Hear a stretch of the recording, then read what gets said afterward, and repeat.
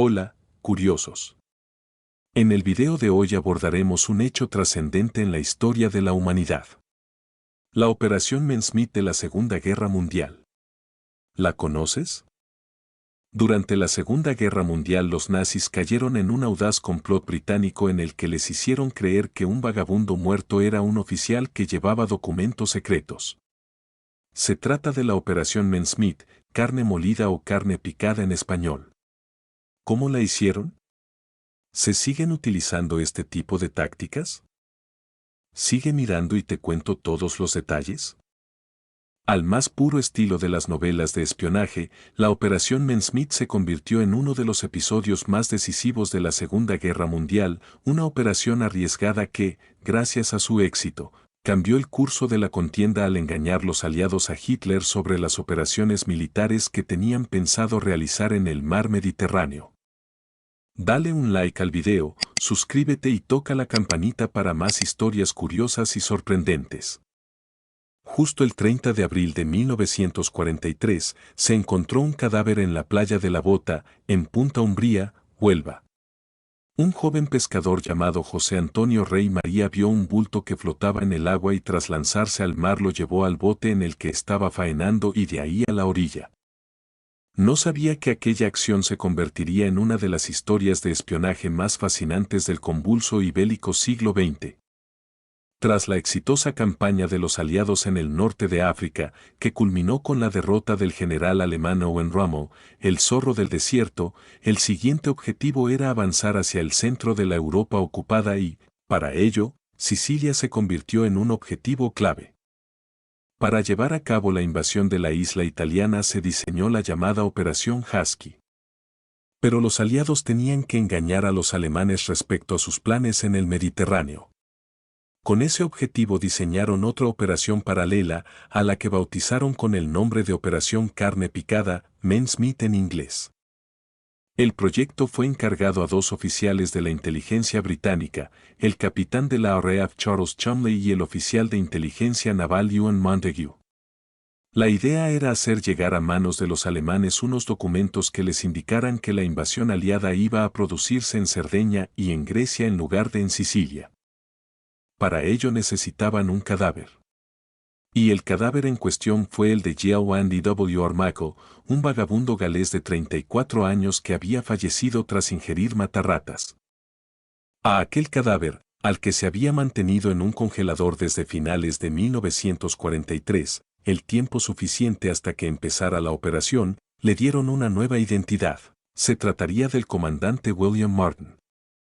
La idea era hacer llegar a manos de los alemanes unos documentos que les indicaran que la invasión aliada iba a producirse en Cerdeña y Grecia en lugar de en Sicilia. Alrededor de aquel nombre, construyeron la historia del personaje, le adjudicaron una novia, algunas deudas y disputas familiares, entre otras cosas, y todo para dar más verosimilitud al engaño. El siguiente paso era crear los documentos falsos necesarios en los que basar la trampa. Para no levantar las sospechas de los alemanes, se decidió incluir una carta redactada por el teniente general Sir Archibald Knapp, segundo jefe del Estado Mayor General Imperial, dirigida al general Sir Harold Alexander, comandante británico en el norte de África. En dicha misiva se podía leer entre líneas que el ataque aliado se iba a producir en Cerdeña y en Grecia. En otra carta personal enviada por Lord Mountbatten al almirante Sir Andrew Cunningham, comandante en jefe del Mediterráneo, también se incidía en la idea de la invasión de Cerdeña. Ambas cartas, junto con otros documentos, fueron incluidas en un maletín que sería atado en el último momento al cadáver de Andy W. Armaco, comandante Martin. Junto al cadáver de Maco, los aliados incluyeron una carta en la que se podía leer entre líneas que el ataque aliado se iba a producir en Cerdeña y en Grecia. ¿Por qué los aliados eligieron las costas onubenses para desarrollar el plan? Muy sencillo. España, que se encontraba entonces bajo la dictadura de Francisco Franco, guardaba muy buenas relaciones con el Tercer Reich de Adolf Hitler. Es más, en Huelva residía Adolf Klaus, un espía alemán muy bien situado entre los dirigentes del régimen y que iba a ser uno de los primeros en saber de la aparición del oficial inglés muerto en el mar. La aparición de un cadáver flotando en las aguas de un pequeño pueblo de pescadores no pasaría desapercibida para las autoridades locales y tampoco lo sería para Klaus. Si lograban que el espía se tragara el señuelo y trasladara la información sustraída al cuerpo al alto mando alemán, la misión habría sido un éxito. Los aliados metieron el cadáver en un contenedor estanco dentro del submarino HMAS Sarov. El traslado por mar evitaría, así, atravesar territorio enemigo. La idea era que los alemanes creyeran que el muerto había sido víctima de un accidente de aviación. El deterioro que sufriría el cuerpo dentro del agua posiblemente también evitaría que la autopsia revelara el tiempo transcurrido desde que se produjo la muerte, lo que podría poner en peligro la trama. Un cuerpo flotando en el mar puede tardar varios días en ser recuperado y su proceso de deterioro complica el diagnóstico de los motivos reales de la muerte.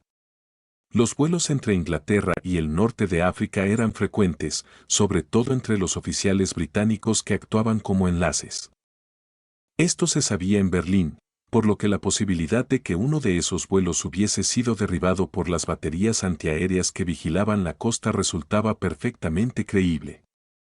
A las 4:30 horas del 30 de abril, se dispuso el cadáver de Jiao Andy W. Armichael en la cubierta del submarino, tras colocarle un tipo de chaleco salvavidas al que apodaban Mae West, como la diva norteamericana del cine de la época.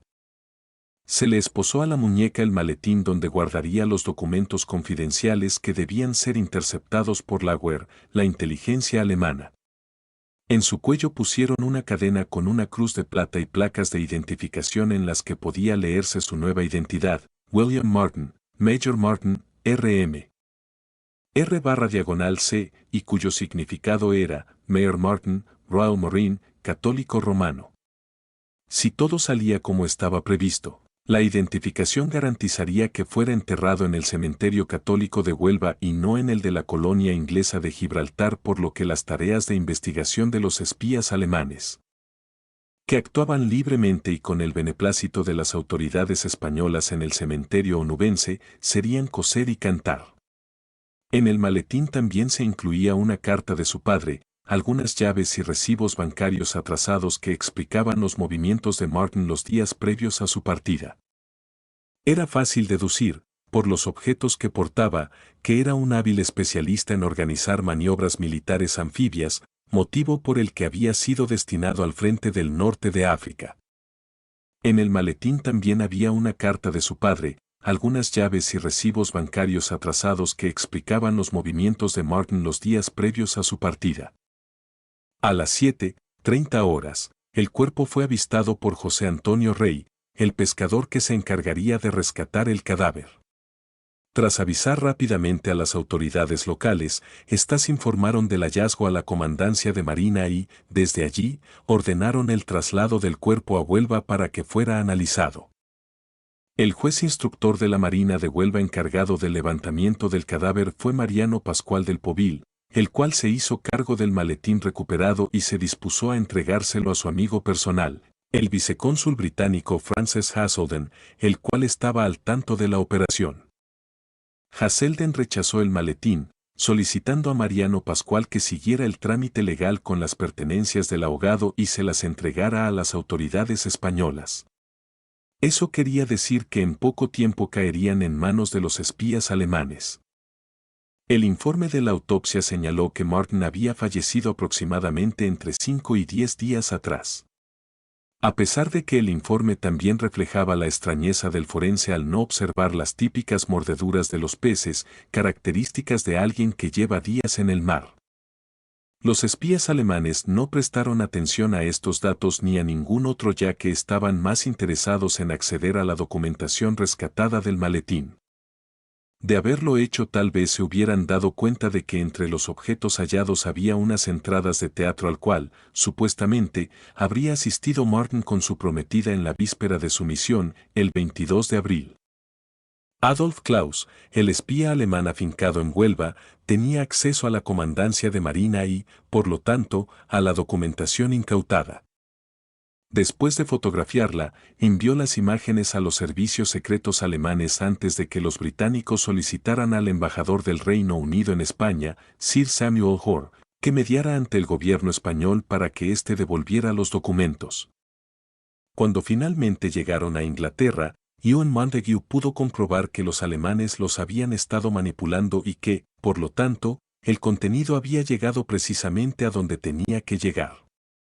Adolf Klaus tenía acceso a la comandancia de Marina y por lo tanto a la documentación incautada.